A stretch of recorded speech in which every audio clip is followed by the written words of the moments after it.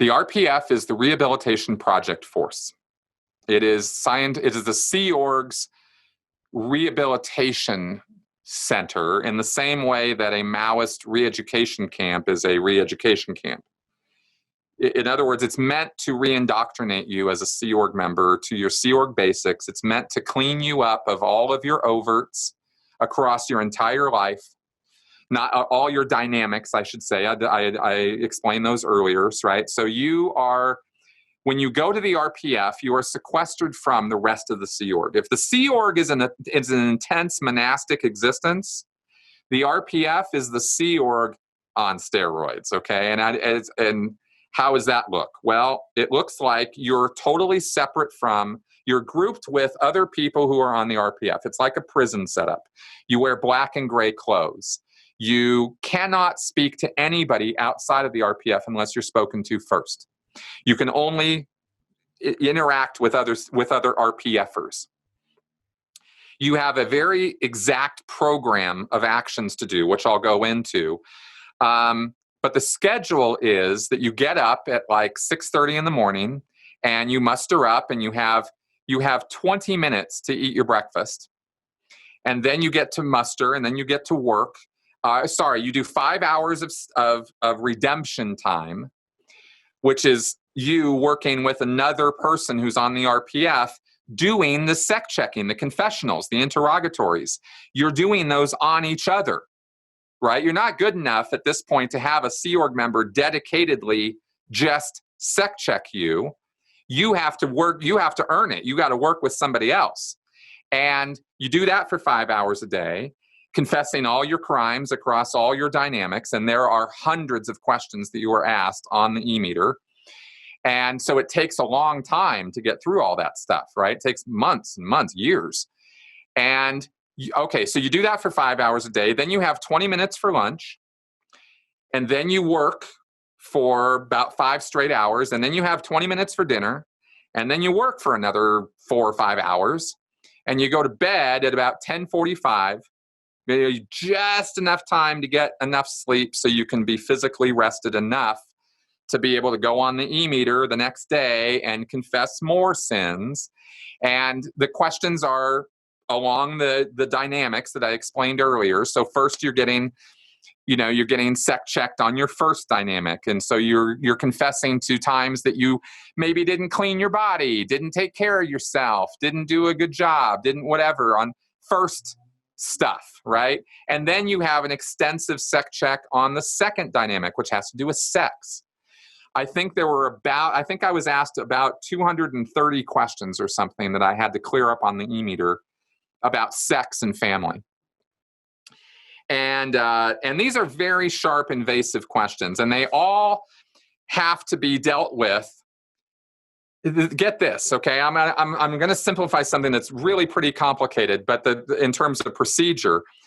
But the bottom line is, what you want to do is not just get the sins that the person committed, but you actually take them down a chain where, okay, let's say I stole an apple last week. Okay, good. So have you ever stolen an apple? Yeah, I stole an apple last week.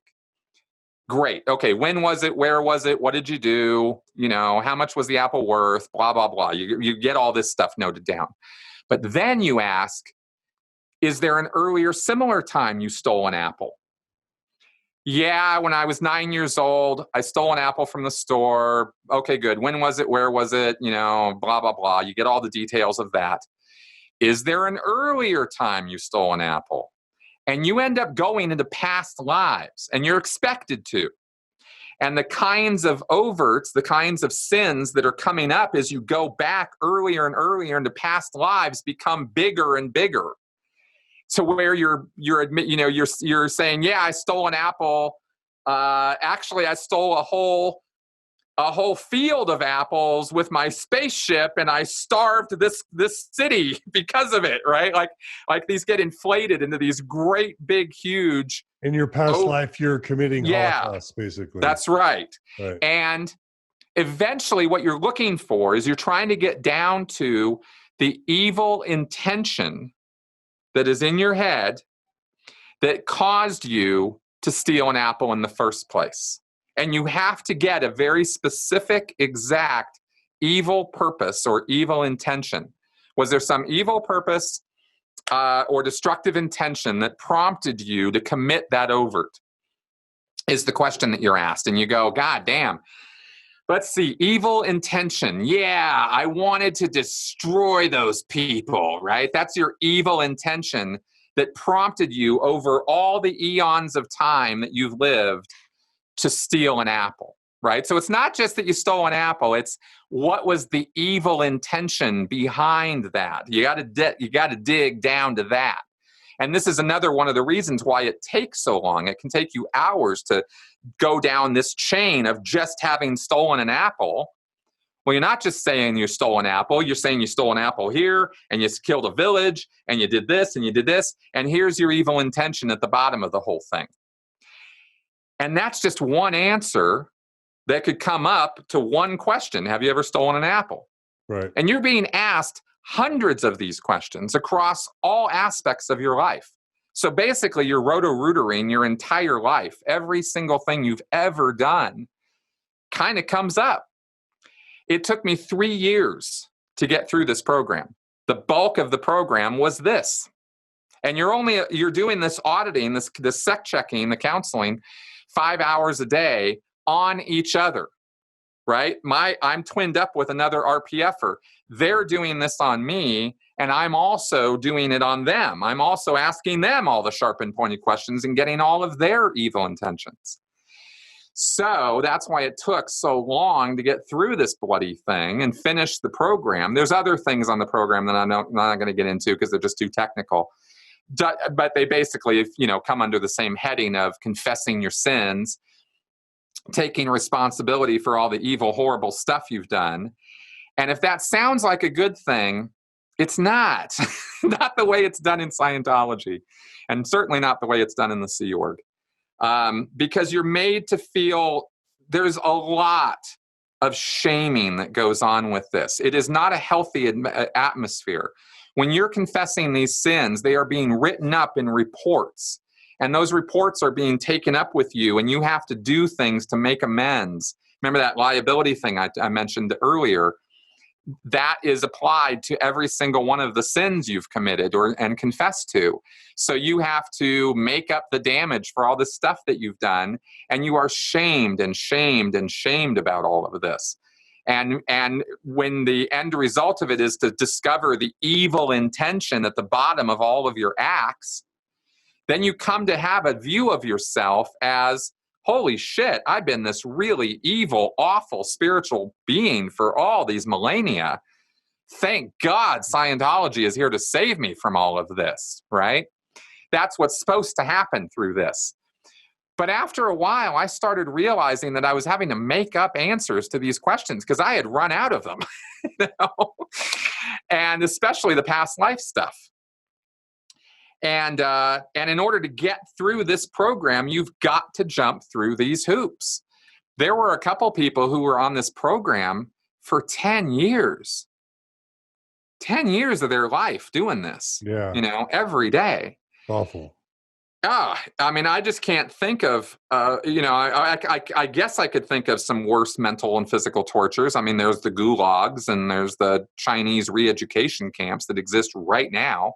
And those people are certainly having a harder time of it than we did on the RPF. But other than that, I have a hard time finding examples. Obviously, Holocaust survivors went through a harder time than people on the RPF. At least we were getting sleep. That's about the only thing I can say that we were getting was, a fairly decent night's sleep every night.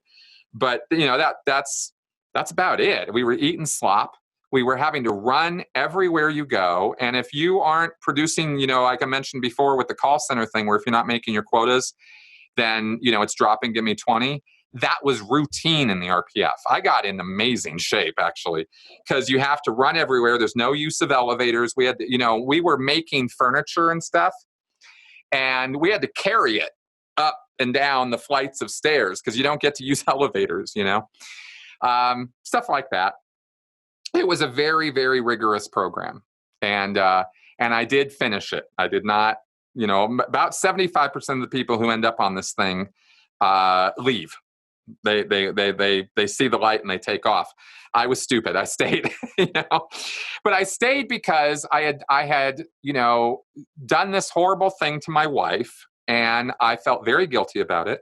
And I did love her. And I didn't mention before, when I was having this sort of phone sex affair, there was one point where we came together, and we actually could have gone all the way. This woman I was cheating with,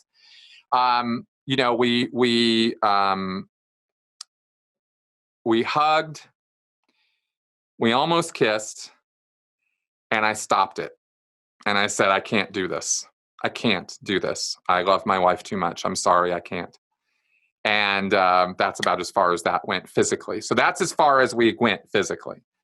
And I stopped it because I'm not trying to like humble brag here. I'm just telling you what happened, right? It was wrong what I did. It was definitely a violation of my marriage vows, and I'm not proud of any part of it. But I think the punishment didn't quite fit the crime. 3 years in gulag conditions was not what I think is a fair punishment for what I did. You were there for 3 years? 3 years. 3 years and 3 months. That's how long it took me to get through the program. And like I said, there were other people on that program for 10 years. It was crazy. Yeah. So I had to confess all my evil intentions across all my dynamics. I mean, I had hundreds of these things come up in the course of the 3 years that I was doing this auditing. Were you still doing your sales stuff? No. The RPF is, no, dude, please get me on this, right? You're not doing anything but the RPF. There's no other thing in your life but this. So awfully abusive. 6:30 in the morning until 10:45 at night, 7 days a week. There are no holidays. There was no seeing my wife. There was no going home at night. You were in separate quarters with all the people who were stuck on the RPF, and your job was to get through it. And that was all your job was. And there was a Sea Org member who was the RPF in charge, and he oversaw the administration of the program and made sure we were all getting through it, making progress on it. And if you weren't, you're getting kicked out. And the mindset of the RPF is not that it's a relief to get kicked out. You're there because you're being given your last chance to be a Sea Org member and make good on your treasonous actions. So you're there under a complete cloud of blame, shame, and regret. And it was 3 years of blame, shame, and regret because I was a guilty, horrible, awful asshole, and I deserved all this punishment, right? For blowing my post, for getting up and walking out after 8 years of intense bullshit. I finally had enough. Nobody else, by the way, in that management unit had lasted for 8 years. I actually had persevered beyond what most people could deal with. I took off one night. I come back. They were furious with me about that. There was no compassion. There was no caring. Nobody gave a shit about me. I let the team down. So then I get posted to do sales, and I start doing okay at that. So they move me up to this other thing. But like I said, I was broken, and I needed a friendly voice. If that whole phone sex thing was caused by anything, it was me desperately looking for somebody to care about me. Yeah. And I'm not trying to make it sound like it was a good thing to do. I'm just telling you where my head was at. So when I went to the RPF, I was a ruined, broken, almost suicidal person. I was not contemplating direct suicide, but it was there. Yeah. And I was literally washing walls, crying. When we were on decks, that's what, when you're running around doing all the physical work, that's being called you're on decks. And when I was on decks for the first month that I was on the RPF, I was a fucking basket case. I mean, it took me a month just to get my head around the fact that I was on the RPF and that this was my one and only chance at redemption so I could be a Sea Org member again and get my life back. As fucked up as my life was, at least I had a wife and I loved her, And at least I was contributing somehow to clearing the planet and saving the world. See, beneath all of this, I still thought Scientology actually worked, which was the only reason I was putting up with all this crap.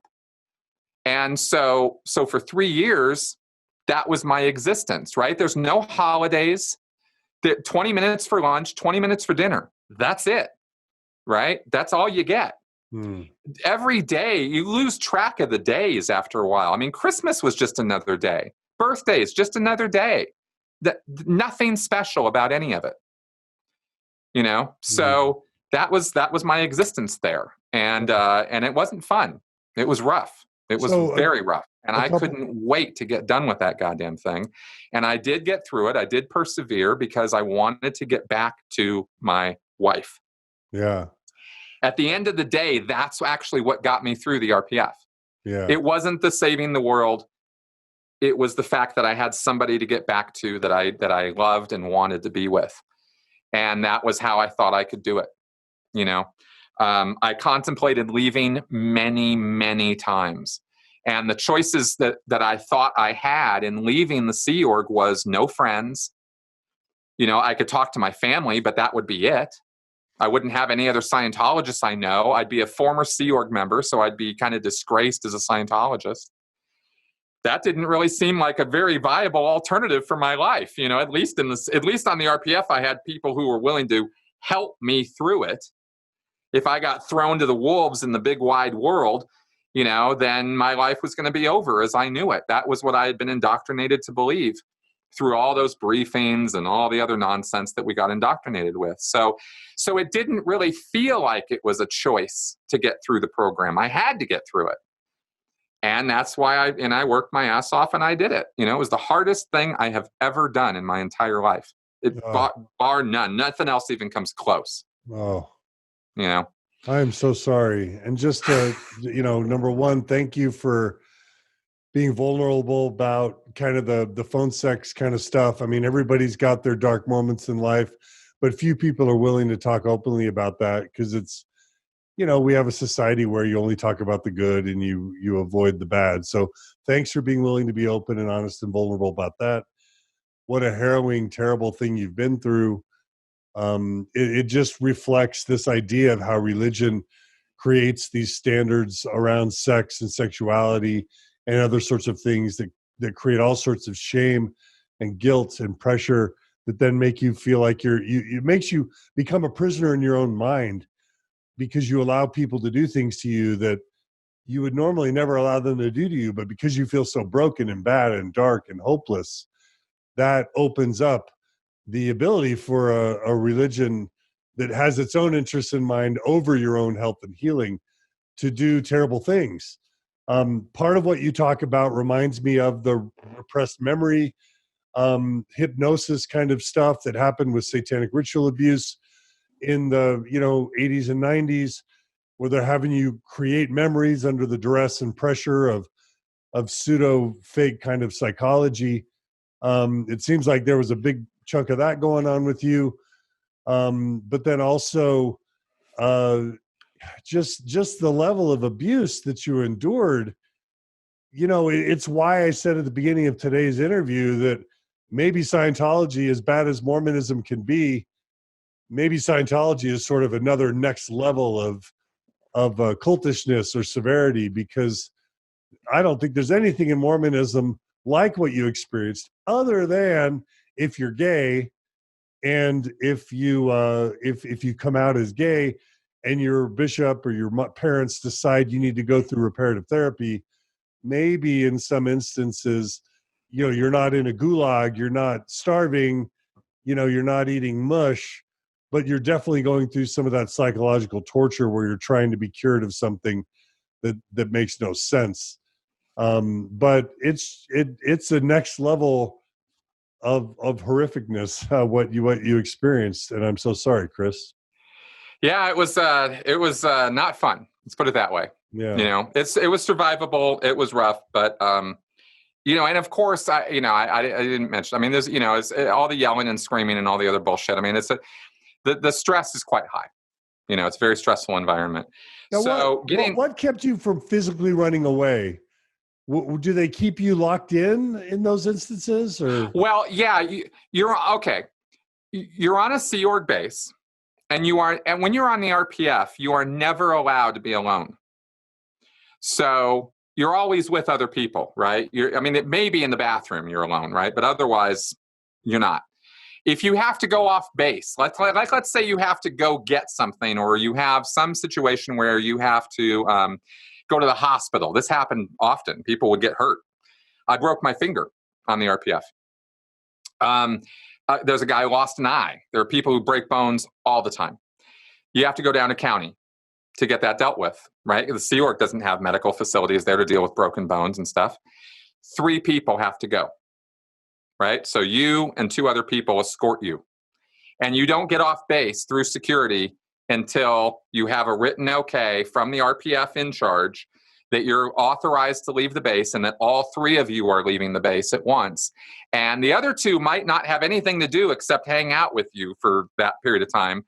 So in a way, going to the hospital with somebody was kind of a pleasant reprieve for a couple hours.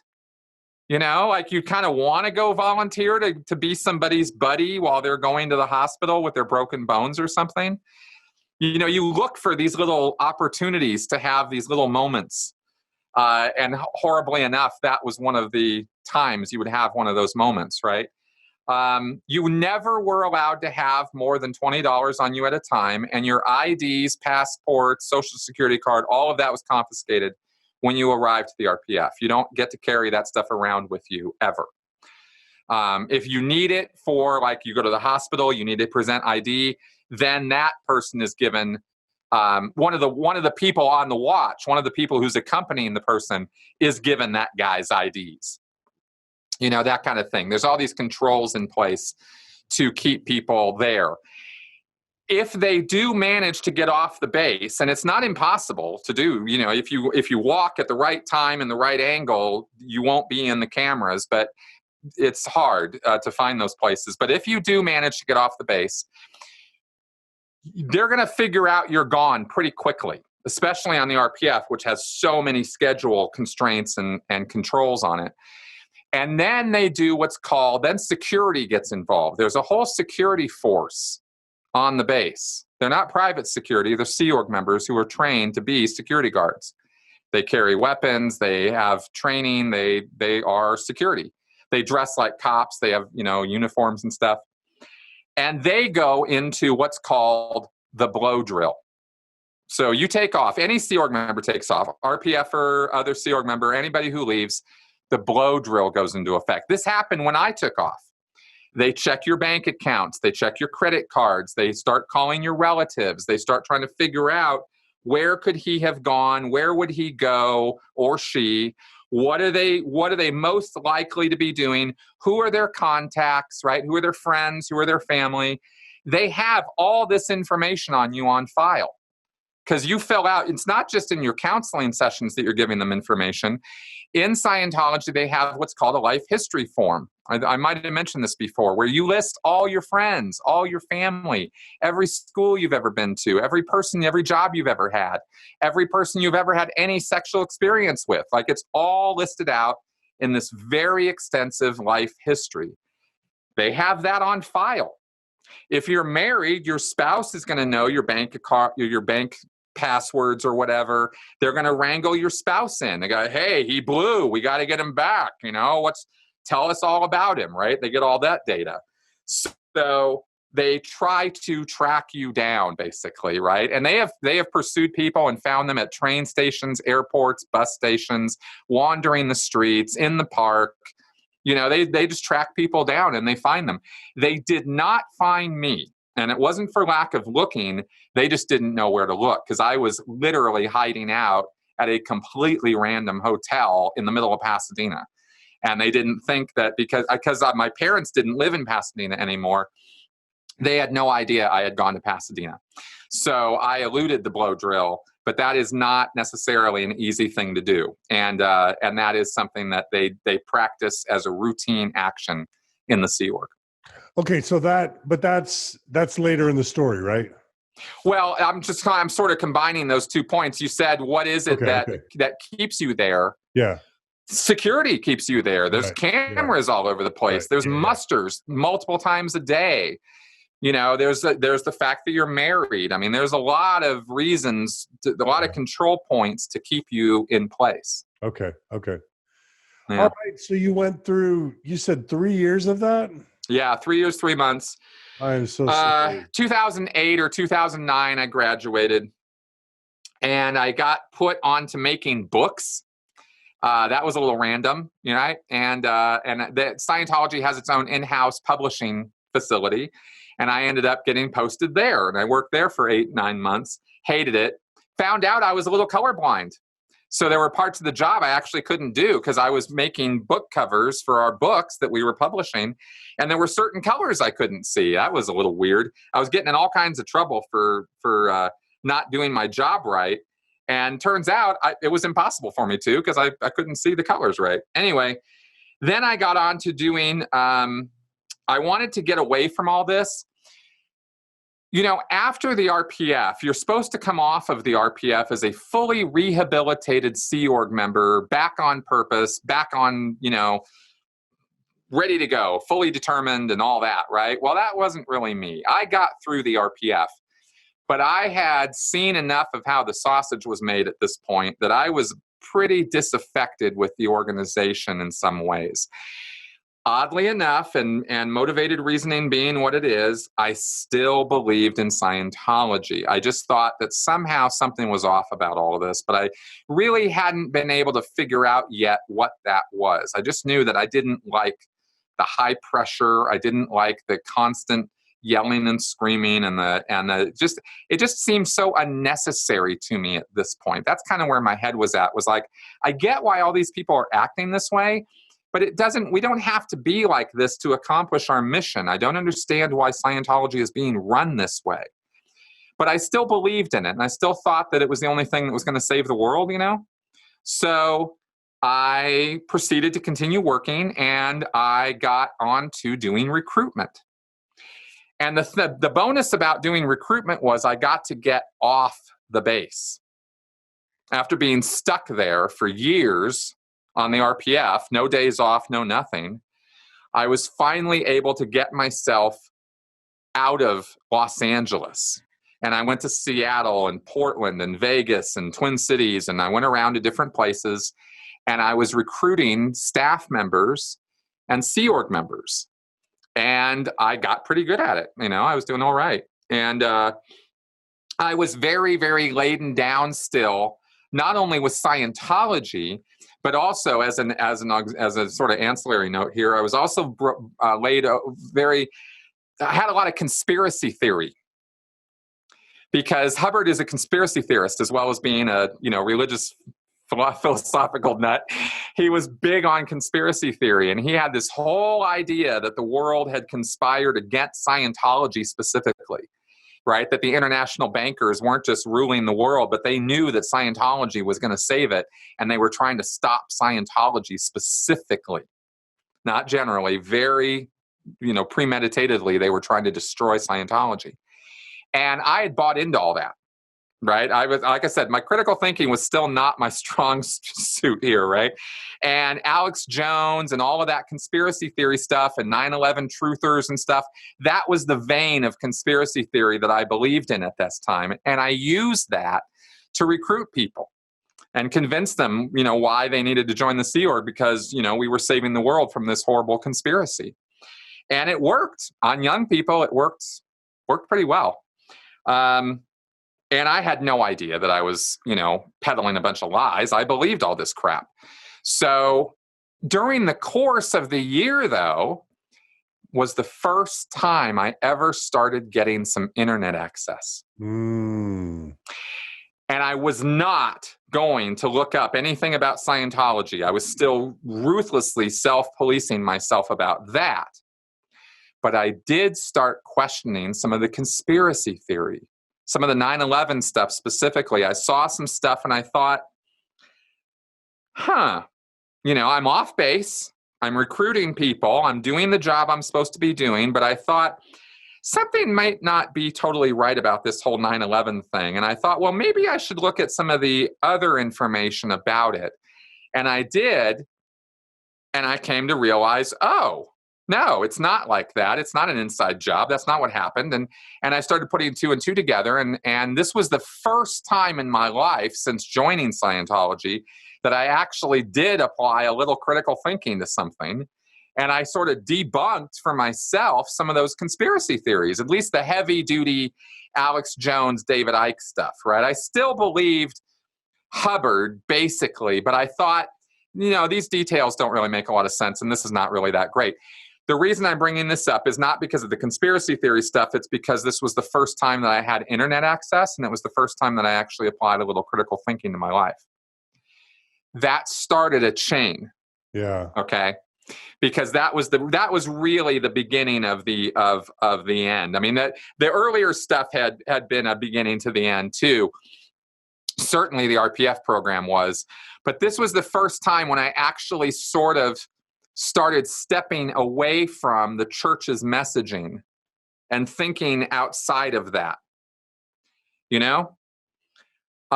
because this conspiracy stuff was heavy duty amongst the recruiters. All the recruiters were using this. This wasn't an idea I invented. I picked it up from another recruiter who was one of the most successful Sea Org recruiters on the planet.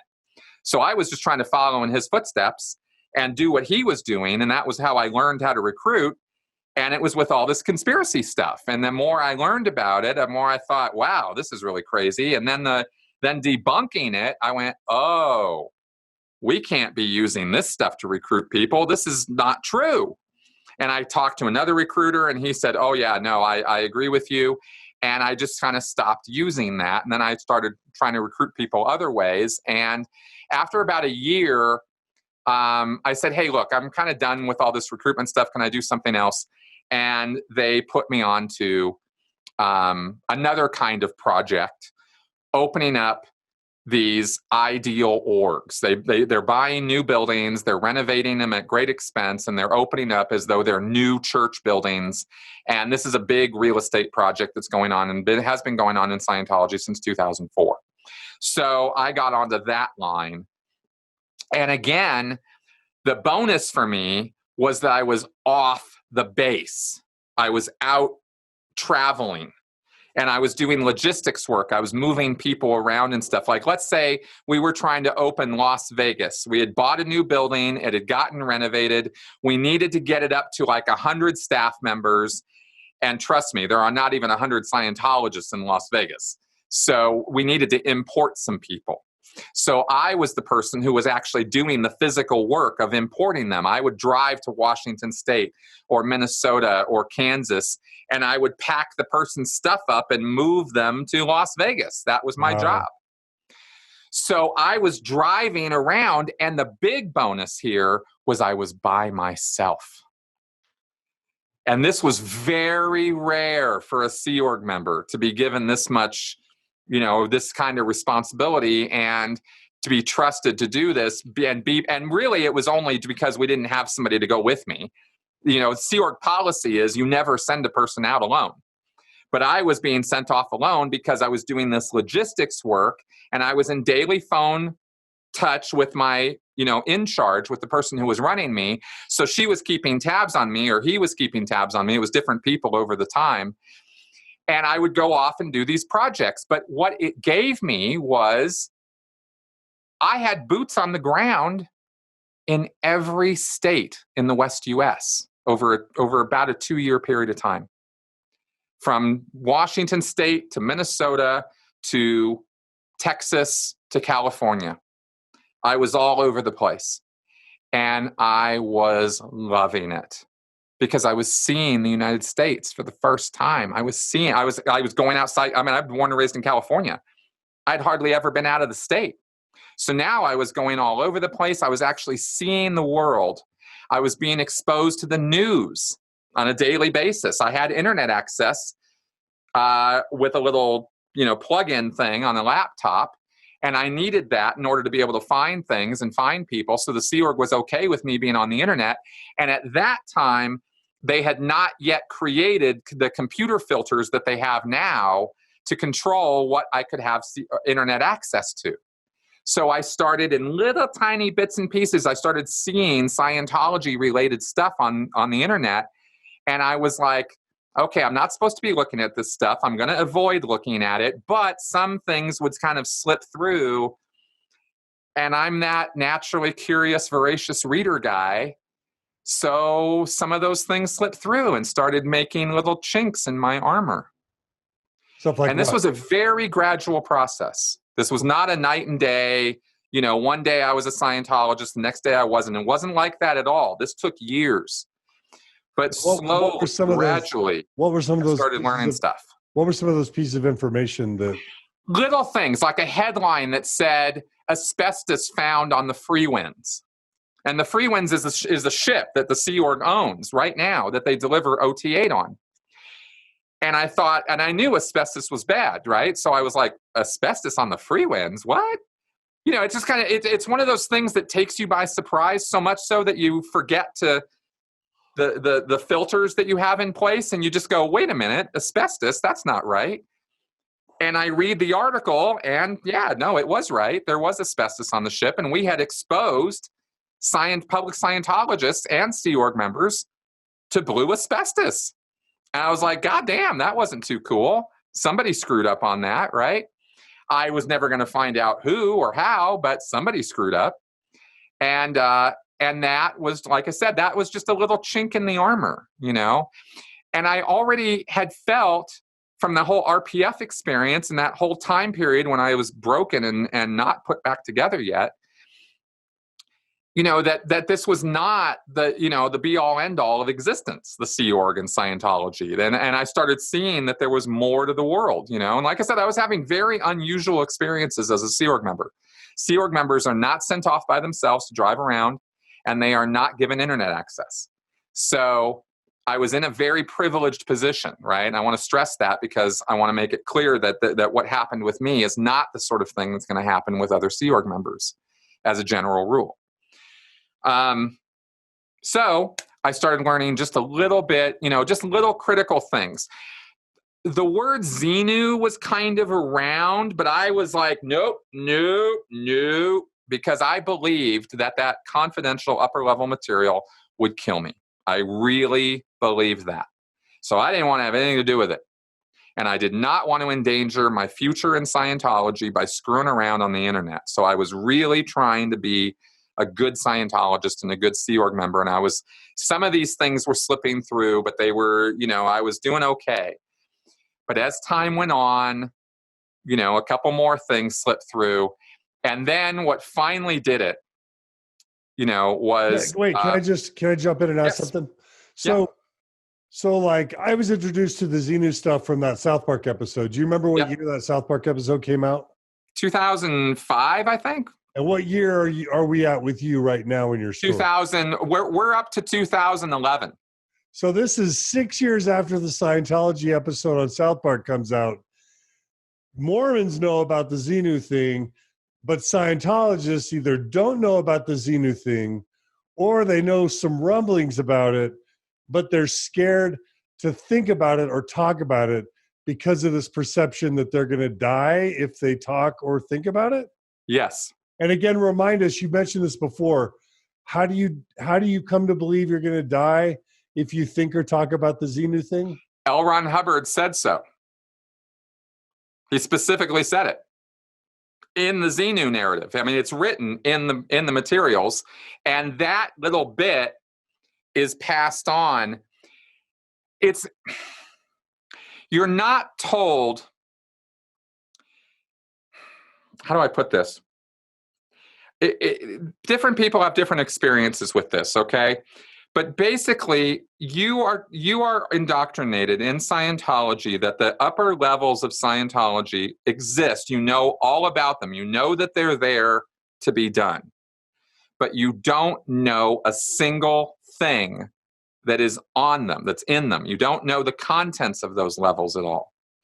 And you are told over and over again that it is extremely powerful information, that if you're not ready for it, you can get sick or you can die, or other horrible things can happen to you spiritually that you just don't want happening to you. So it's just kind of understood. I mean, it's very quickly understood in Scientology that that's not for you yet. And if you're not ready for it, it's dangerous. You're told that there's this area of the grade chart between the level of clear and OT3 specifically that is called the no interference zone, where all you're supposed to do as a Scientologist after you go clear is get your ass to OT3 as fast as possible, because you are in spiritual danger if you don't hurry up and get that done. I mean, that's how it's written. So there's all this mystique and sort of cultural lore in the world of Scientology connected to these OT levels. So you just come to an understanding that until you're ready for it, you don't want to look at that stuff. And when you're ready for it, they'll give it to you, but you got to get yourself up to a level where you're going to be ready for it. Because if you're not, you're just going to be damaging yourself and potentially worse. So that was my understanding of it as a Sea Org member. And again, we covered this in the earlier episodes, but that's very reminiscent of the Mormon Temple ceremony and the endowment ceremony and even the second anointing and the death oaths that we would reenact as Mormons to make us fear ever divulging these top secret things that really weren't that interesting or real or valuable. But the church needs sacredness. They need things at the pinnacle of their ritual or theology that can be sacred. And the only way to make them sacred is to have these super harsh penalties if anybody divulges or reveals them. And the Masons did it too, and it sounds like that's what you guys did. But the other point that's just mind blowing, and I get this in Mormonism still in 2019, we can have Mormon stories existing for 14 years. We can have CES letter existing for 7 years or however long it's been out now, maybe 6 years. We can have Fawn Brody's book going back to 1945, but still the vast majority of Mormons are oblivious to all of it. And that's how it is in Scientology as well. Exactly. It's sacred lore, and you just buy into the rules of it because those are the rules. You don't know what it is.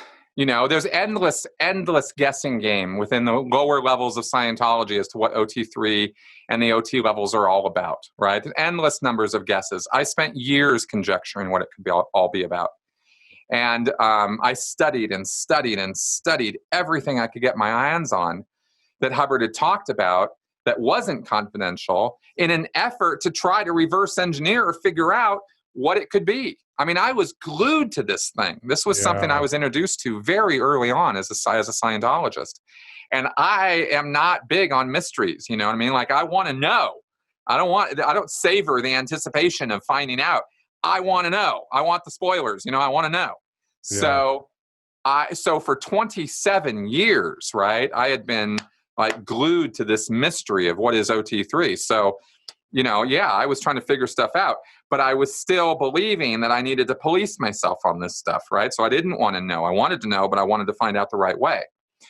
And again, Mm-hmm. So this South Park episode that blasts Scientology, deep secret theology to the whole world existed 6 or 7 years before your awakening. Correct. Okay. And I did not watch it because I knew I'd only just sort of heard that it had happened. Not when I was in the RPF when it happened, because I was obviously not connected to the outside world. I had no clue what was going on. But when I got on the internet, I heard that South Park had done this episode and that Isaac Hayes had quit the show as a result. Well, I was on the Scientology side. So for me, Isaac Hayes was the hero of that story. Trey and Matt were a couple of dicks, right? That was my view as a Scientologist. So I didn't want to have anything to do with that South Park episode. I wasn't going to watch that thing. Right. Just a bunch of lies, just a bunch of crap. And what do you think about, what did you think about all the stuff? Did the stuff with Tom Cruise and Katie Holmes, did all that come out while you were still a Scientologist? The couch jumping stuff did. That all happened, again, while I was on the RPF, actually. And I didn't see any of that when I was on the RPF. I had no idea any of that had happened. So I was a couple years late finding out about Tom Cruise's craziness. Tom Cruise, to me, was a Greek god. Tom Cruise was the most important Scientologist on the planet next to David Miscavige. Tom Cruise was a massive superstar celebrity who was spreading the word about Scientology. Tom Cruise was not somebody I was having critical thoughts about yet. Got it. You know? Yeah. Because I was in that world. Yeah. You know, and Tom Cruise was the Freedom Medal of Valor winner. I mean, he got the biggest freedom medal that David Miscavige had ever given out. I had not appreciated, and no one in the Sea Org appreciated David Miscavige standing on that stage saying that Tom Cruise was the most dedicated Scientologist he knew. That shit pissed us off because we were Sea Org members, and Tom Cruise might be a hardworking celebrity and superstar actor, but he ain't no Sea Org member. Right. And that line that David Miscavige stood on stage and said disaffected more Sea Org members than I think he ever had a clue was going to happen. People in the Sea Org were pissed off about that. Wow. But we had to suppress it all because you do not ever express a critical remark about David Miscavige as a Sea Org member and expect to get away with it. You will not. And in Miscavige's defense, you live by your celebrities and you grow by your celebrities, but you can die by your celebrities, as Mormonism is now experiencing. Tyler Glenn leaves Mormonism, Dan Reynolds leaves Mormonism, Imagine Dragons leaves Mormonism. Like it's, all these movie stars are leaving. Like it, the Osmonds were great when the church was on the rise. But if your celebrities start speaking out against the church and start disaffecting, you can die by that same sword that you've been living by. And so I'm sure Miscavige had to kiss Tom Cruise's butt to keep him in. Really quickly, there are rumors that the way that Scientology keeps Cruise in is by having secret information that he's gay, and that they'll use that against him if he ever disaffects. Do you have any sense for any of that being true or not? No, that's all bullshit. Tom Cruise is a religious fanatic. He is a true believer. He is absolutely a true believer. And John Travolta too? John Travolta? Maybe. Okay. I at this point, I don't have any question that John Travolta is probably bisexual. I was around in Santa Barbara when John Travolta met Kelly, his wife. Right? That all happened in Santa Barbara. Yeah. And Kelly got into Scientology in Santa Barbara because John Travolta was friends with a couple of the staff members there in Santa Barbara. So that's where she went. I'm convinced that he loves his wife and that he has a family and he loves his family. John Travolta is not an insincere person. Mm-hmm. He loves Scientology, but he also was disaffected with Scientology in the 1980s before he met Kelly, and he got recovered back into the church. Okay. And I think he's had a few other moments like that. So he's been on the fence about Scientology here and there, right? Now he seems pretty diehard, and I think the reason is because his wife, Kelly, is fanatical about Scientology. She didn't just get converted, she got super converted. And so I think the thing that's keeping John Travolta in Scientology is his wife. Okay. So then blackmail about his bisexuality. Tom Cruise is definitely not bisexual or homosexual. That's just not, there's no way that's true. And he is just a fanatic, he's this super intense personality. And he's one of these like gung-ho, if you're going to do it all the way kind of people. He met Nicole, whose father is a clinical psychologist, by the way. He met Nicole Kidman on the set of, Days of Thunder. He was married to Mimi Rogers, who was a second-gen Scientologist who got him into Scientology. He had fallen out of love with Mimi. He fell in love with Nicole, wanted to marry her, right? Wanted to be with her. So, the church complied and helped make that happen and told Mimi to shut the fuck up. And that's what happened. And that's how he got out of his first marriage. But Nicole wasn't really so down with Scientology. She did it, and I think she even got up to the OT levels at one point, but she was never really hardcore. She was kind of doing it because he wanted her to. And she was kind of pulling him away from Scientology. And in the 1990s, he actually stopped really being much of a Scientologist. He wasn't promoting it. He wasn't talking about it. Wasn't doing services, wasn't around the orgs. Sure as hell wasn't going to events.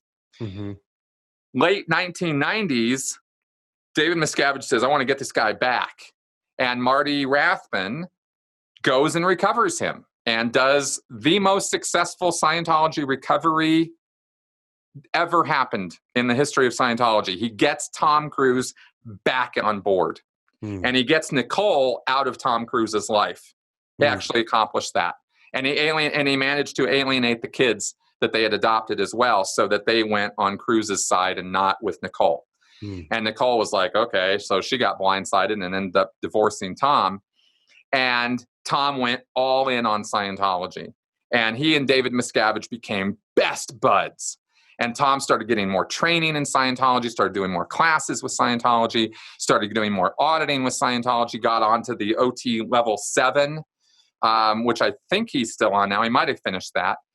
And he went all in on Scientology again. And then they arranged Katie Holmes to be his wife.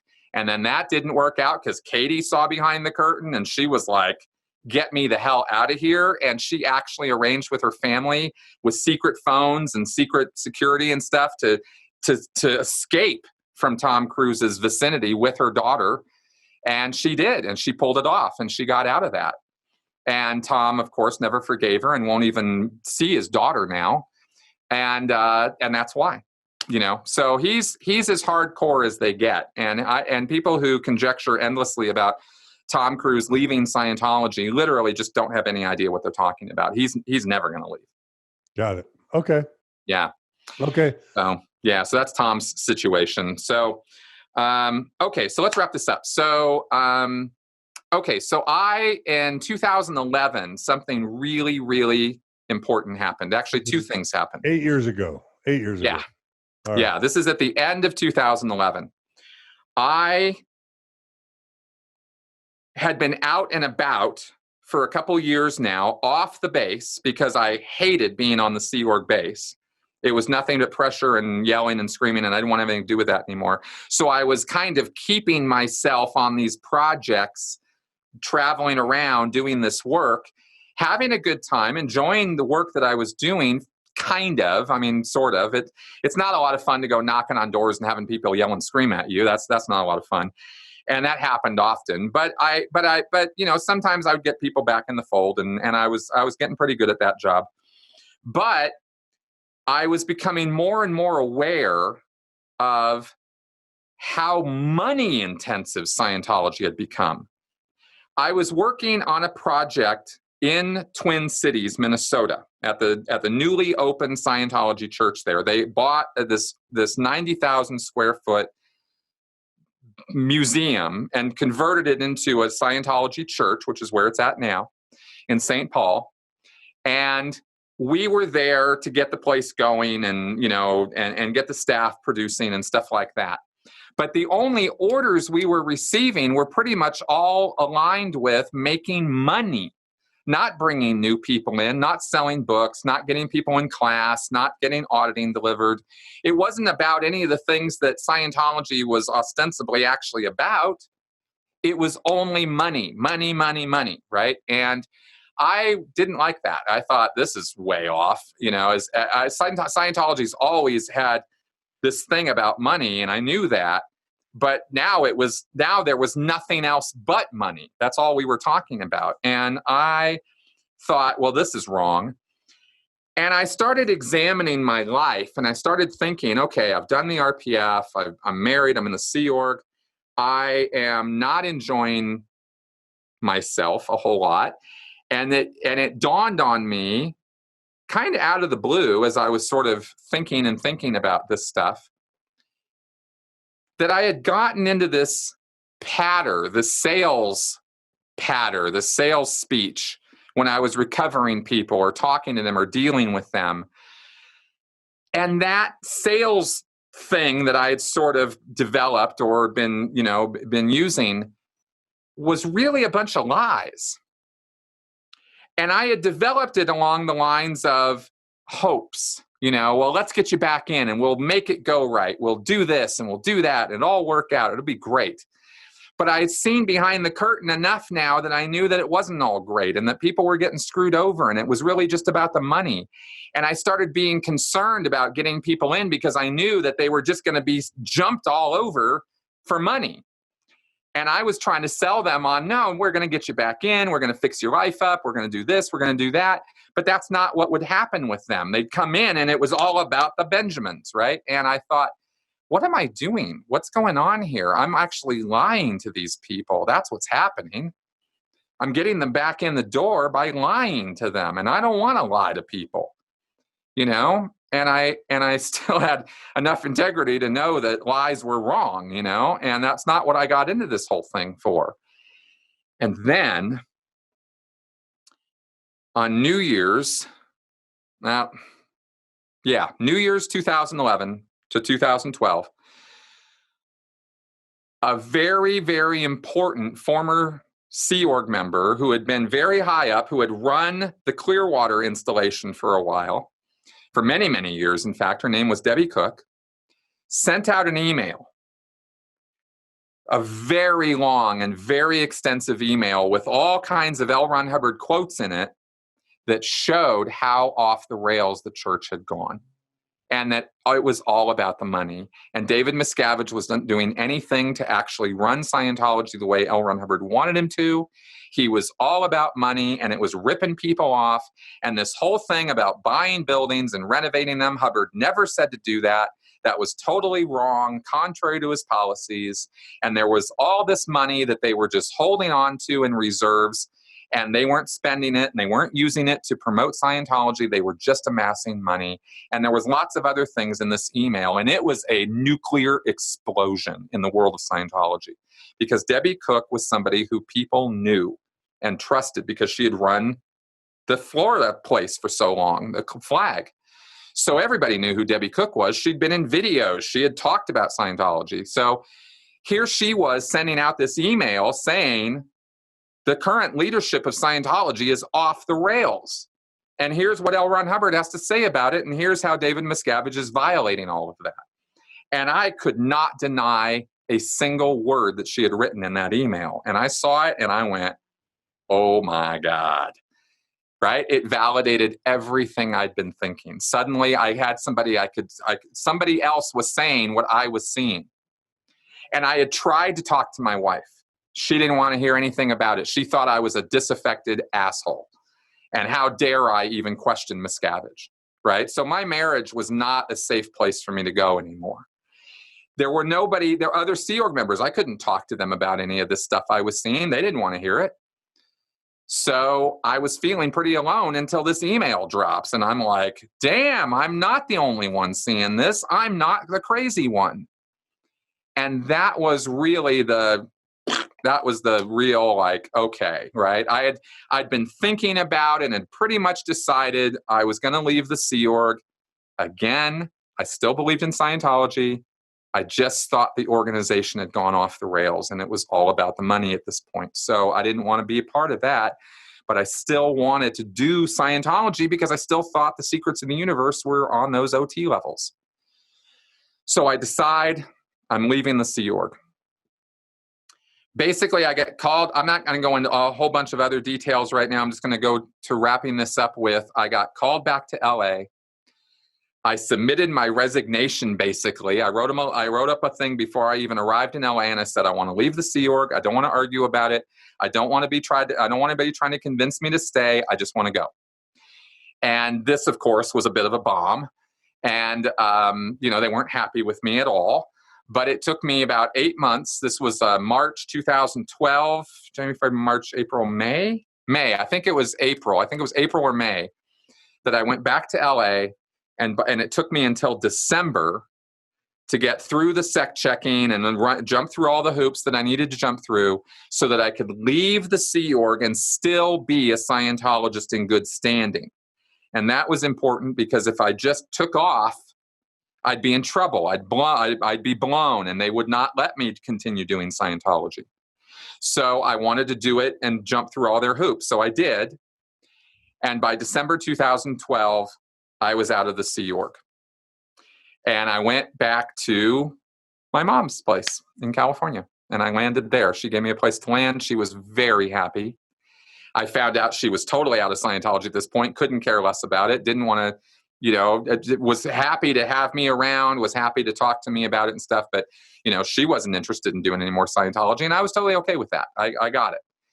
And I wanted to, but I was going to get a job. I was going to have a family. I had a whole idea for how my life was going to go. And I ended up going back to Minnesota because I had friends there, and I'd met this woman, and I thought we were going to make a life. And I was divorcing my wife at this point, right? We had been apart for years, and the marriage had really just fallen apart. I mean, the RPF she's the thing that kind of got me through the RPF as a goal.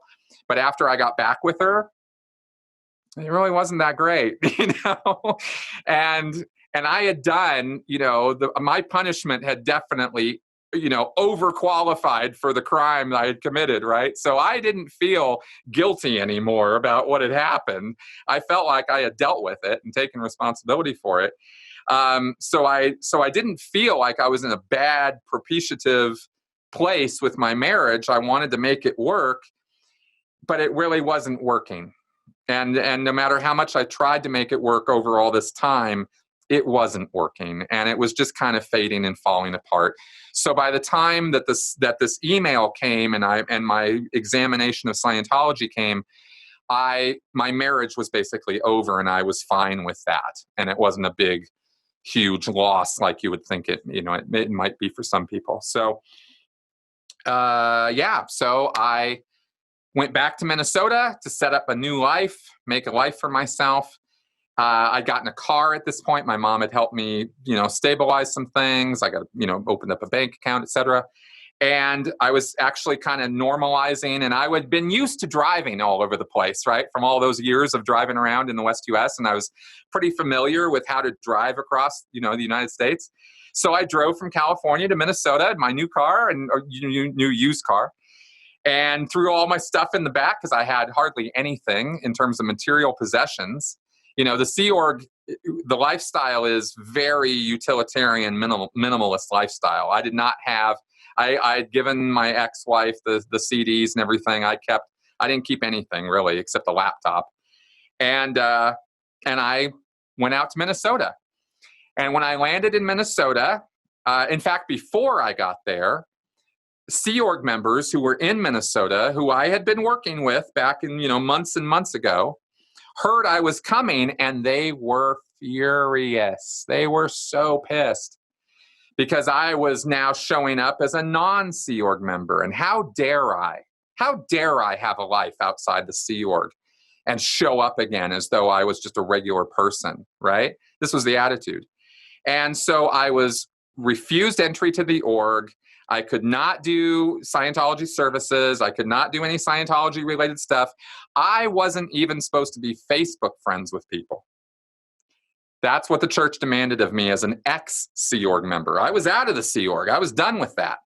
I was now a public Scientologist. I was no longer working for the church, and yet they were still making these incredibly invasive demands on me about who I could talk to, who I could be friends with, who I could go out with, what I could do in relation to the Scientology church. And I wasn't really very happy about that, but I was trying to play ball because I wanted to make it go with this woman I had met, and she was a Scientologist. She was actually a staff member at the church. That's how I'd met her. And I thought we could make something happen. I was falling in love with this woman, and vice versa. And we were, kind of making it happen. But we had to do it secretly because Scientology demands that, because if you don't kowtow to Scientology's demands, then they make life horrible for you. So the Sea Org was really, really pissed at me for going back to Minnesota, and they were not, being very nice to me. And I thought, okay, I think I've had about enough of this. And I started going online because I knew there was stuff I didn't know, and it was time for me to find out. And I had heard a couple of things. I'd seen a couple of things over those years when I had internet access. I'd been a really good chicken. I had really not looked at a lot of stuff. But now the brakes were off and it was time to actually find out. And I dived all the way in. And it took me 3 months. I mean, late nights, I was just horrified, fascinated. I just could not believe the stuff I was reading. I found out about L. Ron Hubbard's actual life. I found out about how he never saw combat, how he flunked out of college, how he was a pathological liar, how he was married to 2 women at the same time. We didn't even know about the second wife. Like, I didn't know anything about that. As a Scientologist, you're fed this entire biography of Hubbard that is total bullshit. And that was the version we believed because that's all we were told. I come to find out, no, that's not the actual version of his life that's true. And there's a lot of Scientology that rests on some of Hubbard's life story being true, and it's not true. Like the combat thing in World War II. He didn't have any combat wounds. Well, he claimed that Dianetics was what allowed him to cure himself of his wounds. So if that's not true, Dianetics isn't true. That was not an easy pill to swallow. Not after dedicating my life to this stuff for 27 years. And I'll never forget the moment that it actually clicked. It was about 3 months in. I'd gone 2 or 3 months. I'd gone down all these rabbit holes, learned all this stuff, heard from Sea Org members that had left who I used to know. I mean, this was not all divorced, third person stuff. These were people I had worked with who were telling their stories online and stuff. And I was like, oh, that's what happened. That's what happened to that guy. That's what happened at that time. And seeing all that, it all kind of fell into place, and I realized that I had been taken advantage of and that I had just been being used all those years to make money. And that it had all been built on a lie, that the Thetans weren't true, the reactive mind wasn't true, Dianetics wasn't true, Scientology was mostly stolen from other places and other sources, that L. Ron Hubbard was not a creative genius, he was a plagiarist and a liar. And that was... what words do you use to describe that? How do you describe finding out that your entire life has been a lie? It's not like I got into Scientology like everybody else did. You know what I mean? I was a second gen. I was raised with this stuff. It was never a question that we were Thetans. It was never a question that we were going to live into eternity. And now suddenly, no, all that's a lie. Your entire worldview, everything you think about yourself is not true. And that was tough. Yeah. And of course, Mormons now are going to be connecting with what you're saying more than probably anything else, because we do have that rabbit hole moment where we go down the rabbit hole. We get to the point where we're willing to question whether or not it's actually true. And then we use the internet and podcasts and other sources to start learning. And then we learn the hundreds and thousands of things that the church hid from us, the disturbing truths about the church that weren't true. And all of a sudden, everything that we've built on our entire life upon now falls to the ground, and we're naked and groundless, after decades and decades and decades of service and commitment and devotion to an organization. Exactly. That's what I experienced too. Yeah. And having risen in Scientology up to the highest levels in the Sea Org, having gone through the RPF program, having gone through everything I went through, having gone suicidal, having gone through, being in a headspace where I literally thought I was ready for the funny farm, right? I mean, I had been in some very dark places. And I had gotten through all of that on the hope and promise that Scientology was what it said it was, So, yeah. And this is it was where earth-shattering, And just those reflections of L. Ron Hubbard being a plagiarist, just grabbing stuff from all around him and deceiving people. That's exactly what we learn about Joseph Smith by the time we're done studying, was that he was simply grabbing stuff from Swedenborg, grabbing stuff from the Masons, grabbing stuff from the temperance movement, and whatever it is that was in his air, he was munging it all together, repackaging it, selling it as Mormonism and as divinely inspired. And he was a plagiarist. I mean, Book of Mormon, Book of Abraham, any revelation he came up with was plagiarism. And anyone who studies it with an open mind reaches that conclusion. So I'm seeing lots of comments now. Rochelle says, we feel your pain. Thomas says, wow, Chris, what you just said just gave me the chills, because that's exactly how I felt. Everything I knew and that I was, the way I understood the world, was all a lie. Thomas writes, I'm sorry for the pain you've experienced. I look up to you, and I know many others must as well. Rochelle says, sounds like the old fraudulent foundational stories and truth claims. Deb writes, the parallels to Mormonism are fascinating. And it's so powerful and heart-wrenching to reach this point in the story, and see that our journeys have paralleled your journey in such profound and heartbreaking, but also validating and let's just say liberating ways. And so here's what I want to do. We're now 4 hours into today's interview. We've done 6.5 hours, and I don't want to be done yet. I need to be done for today, but I still want to cover your life as an ex-Scientologist. I think that's a great idea. So I think that's great, man. Would you be okay if we did one more interview, even though we thought we were going to be on today?